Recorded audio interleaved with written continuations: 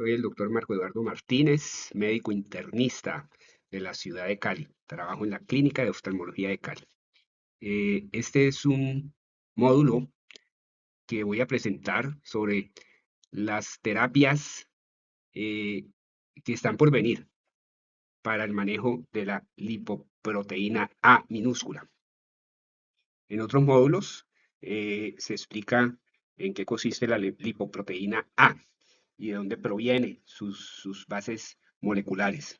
Pero ahorita vamos a hablar sobre las terapias que puedan usarse para actuar en esta lipoproteína que, como todos ustedes saben, aumenta significativamente o amplifica el riesgo cardiovascular. Es un amplificador, es una lipoproteína que viene de índole familiar y es muy heterogénica.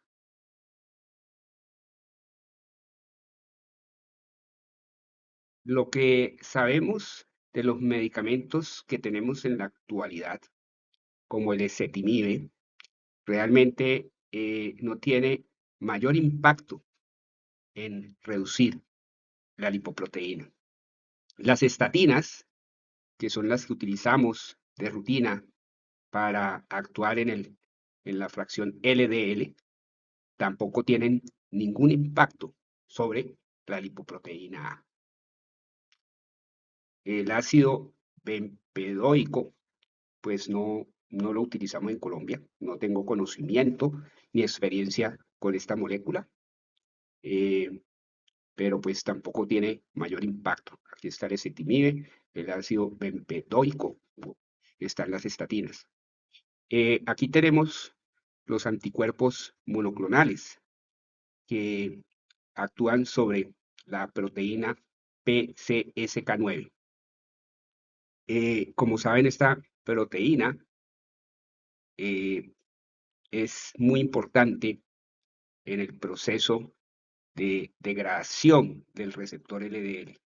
Cuando inhibimos esta proteína con estos medicamentos evolocumab y hay otros anticuerpos, aliricumab, evolocumab, actúan e inhiben esto, entonces los receptores LDL que circulan en el hepatocito vuelven y salen a la superficie a captar las partículas de colesterol LDL. Estos anticuerpos pueden reducir un poco la lipoproteína A, 25 al 30%.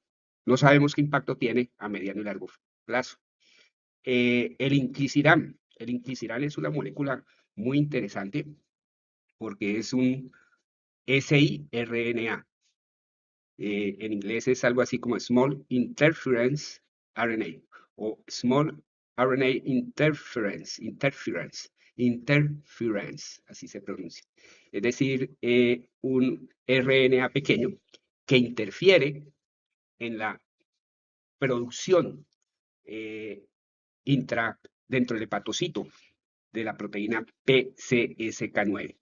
Es una molécula muy interesante porque se puede aplicar cada 3 o cada 6 meses y esto genera una buena adherencia y puede disminuir la lipoproteína en un 30%. Yo creo que es una buena opción en la actualidad para aquellos pacientes de alto riesgo cardiovascular que tienen elevada la lipoproteína. Estas son las terapias que están actualmente en fase de investigación. Y pues las menciono porque nos vamos a tener que ir familiarizando, porque pronto llegarán. Tenemos una molécula que es por vía oral, que es el muvalaplin. Son difíciles de pronunciar porque todavía no las tenemos en nuestro disco duro. Muvalaplin. Es diaria y se dice que puede bajar en los estudios el 65% de la lipoproteína. Luego viene esta molécula. Ahora les explico de forma sencilla los mecanismos de acción, pero las quiero mencionar. El pelacarsen. Tenemos que aprender pelacarsen. se aplica mensual y puede bajar el 80% la lipoproteína A. Estas son unas moléculas muy prometedoras, que también es Small Interference RNA, o sea, interferencia del RNA. Eh, Aquí tenemos el olpasiram, el serlaciram con Z, y el lepodisiram, todos terminan en siram. Lepodisiram, serlaciram y olpasiram. Se aplican ya más espaciadas, cosa que es muy buena para la adherencia, y bajan tremendamente la lipoproteína, 98%. Estas técnicas de aferesis, donde la sangre se circula y se filtran las partículas de lipoproteína A, pues me parecen muy engorrosas, pero pues se escriben. Aferesis, que es extraer de la sangre por unos dispositivos especiales que no conozco, que extraen la lipoproteína A y vuelve y circula la sangre. Y esta es la edición genética, que pues es prometedora. Y ahora hablaré un poco sobre este tema. Aquí tenemos nuevamente otra gráfica donde tenemos las moléculas que silencian de alguna manera ese small interference o silenciadoras del RNA. Entonces está el lepodisiram, el celaciram y el olpasiram. Bajan tremendamente. Se aplican eh, según pues el tiempo que estén disponibles o en los estudios. Cada una tiene su. Bueno, acá está la otra molécula. Mira, este es de Novartis, este es de Amgen, esta lepodisiran de Eli Lilly, unos laboratorios muy poderosos. El pelacarsen es de Novartis, y el mualaplin. Este es el mualaplin.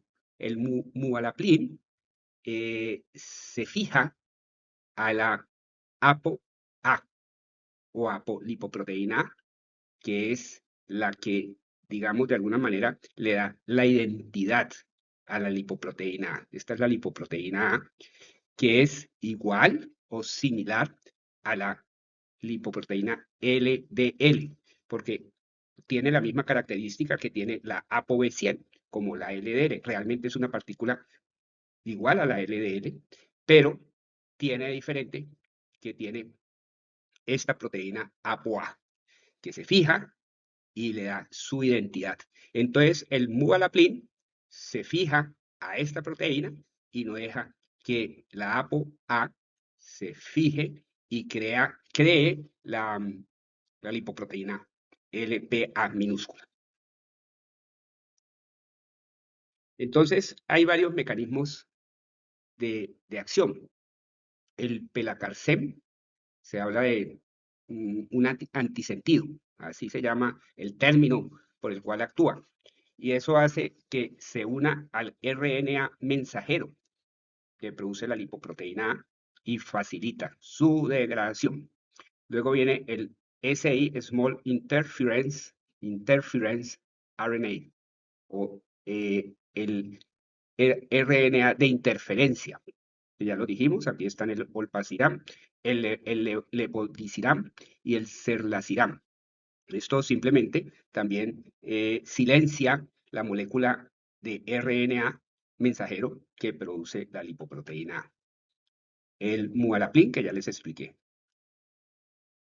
El pelcarceram, entonces pelcarcen, es un oligonucleótido antisentido, entra selectivamente al hepatocito, se une al RNA mensajero que produce el gen de la LPA, favorece la degradación de ese RNA y disminuye la síntesis hepática. Y hay que ser claro, cuando uno dice la síntesis de lipoproteína A, realmente lo que se está interfiriendo es la proteína apolipoproteína A, que es la que le da la identidad a la partícula o a la lipoproteína LPA. Entonces, al haber menos ApoA, se forman menos partículas.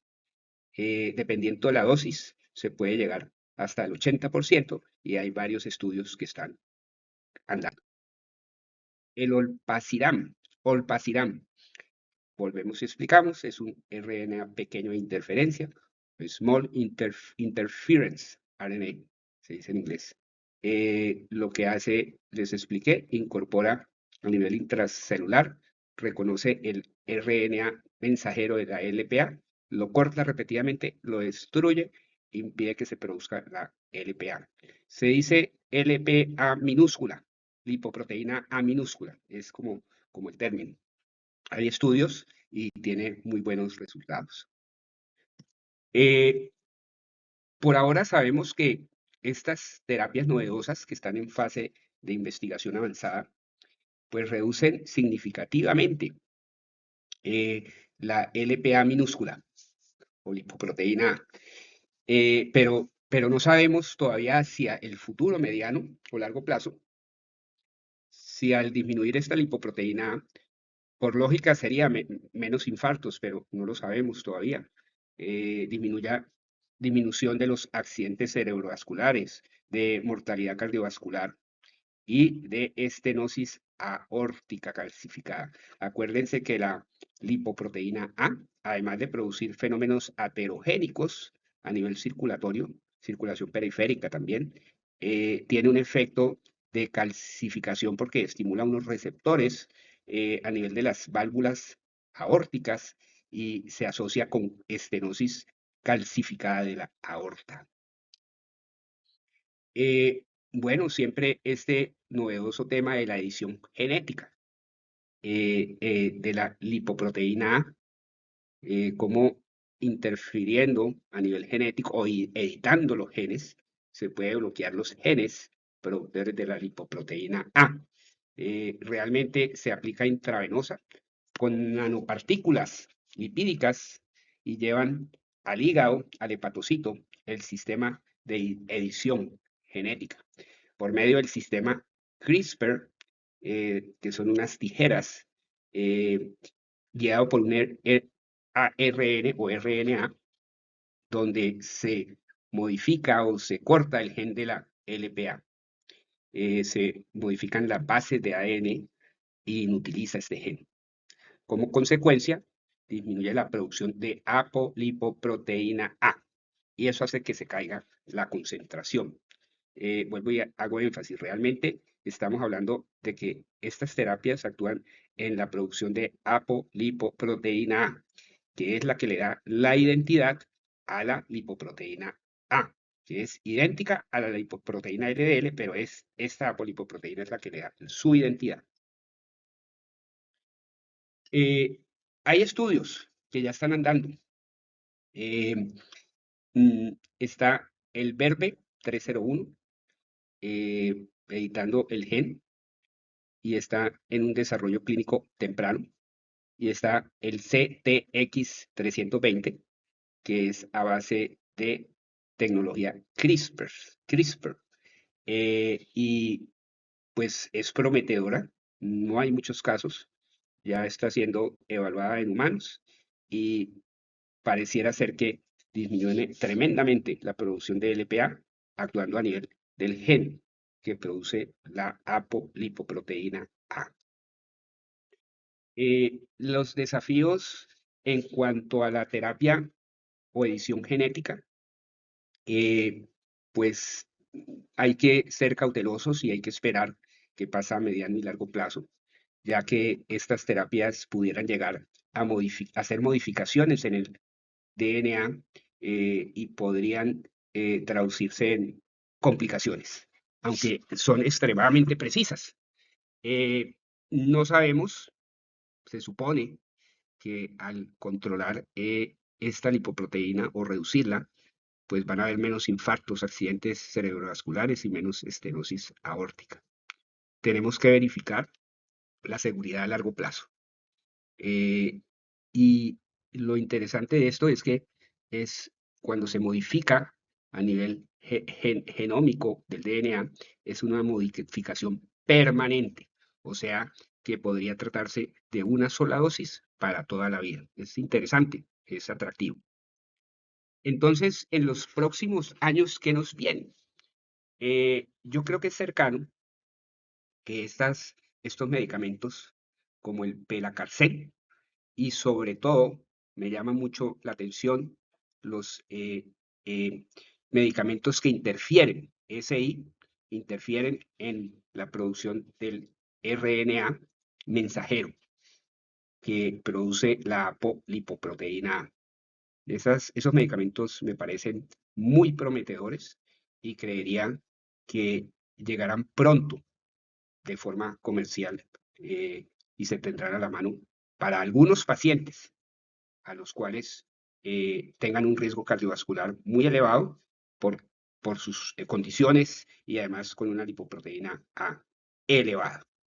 La edición genética, pues es muy interesante porque es una sola administración, pero creo que para que esto se aplique a nivel de la población, creo que falta un poco de tiempo. Entonces, eh, ¿qué hace uno con los pacientes con la lipoproteína A? ¿Le mide o no le mide? ¿Cuándo le mide la lipoproteína A? Pues realmente lo que pasa es que los sistemas de salud es un examen que es costoso. Los sistemas de salud a veces no lo autorizan, inclusive las medicinas prepagadas, pero se debería tomar aunque sea una vez en la vida. Recomiendan en la menopausia, se puede volver a tomar porque hay una elevación sustancial en las mujeres menopáusicas.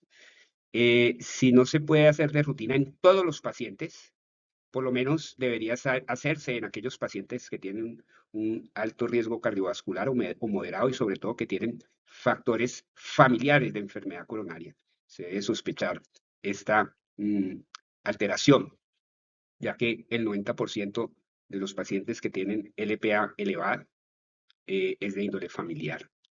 Eh, ¿Qué podemos hacer en este momento con esos pacientes que tienen LPA elevada? Pues desde muy jóvenes, 20 o 30 años, yo creo que es una buena edad para obtener este resultado. Entonces, se ha encontrado que si a estos pacientes se les educa en los factores que ellos pueden modificar, como el cigarrillo, como la obesidad, como la diabetes, como una nutrición saludable y ejercicio, pues se puede hacer una prevención y hay un impacto. Realmente, digamos que hasta ahora es lo que tenemos, modificar los factores de riesgo que pueden ser modificables. Eh, Viene esta pregunta, y es frecuente. ¿Para qué medimos lipoproteína A si no hay tratamiento? No hay medicamentos para reducirla. ¿Para qué la medimos? Pues realmente la medimos porque es un amplificador de los riesgos cardiovasculares que van apareciendo después de los 20, 30 años, se van estableciendo 40 años, ya se va formando el entramado de la enfermedad aterosclerótica y esos pacientes pueden tener infartos después de los 50, los 60 o los 70 años. Entonces, realmente sí es importante medirla, porque, por ejemplo, en esta gráfica, cuando un paciente tiene lipoproteína elevada y se baja su presión sistólica en 5 grados, disminuye tremendamente el cálculo o el porcentaje de riesgo cardiovascular.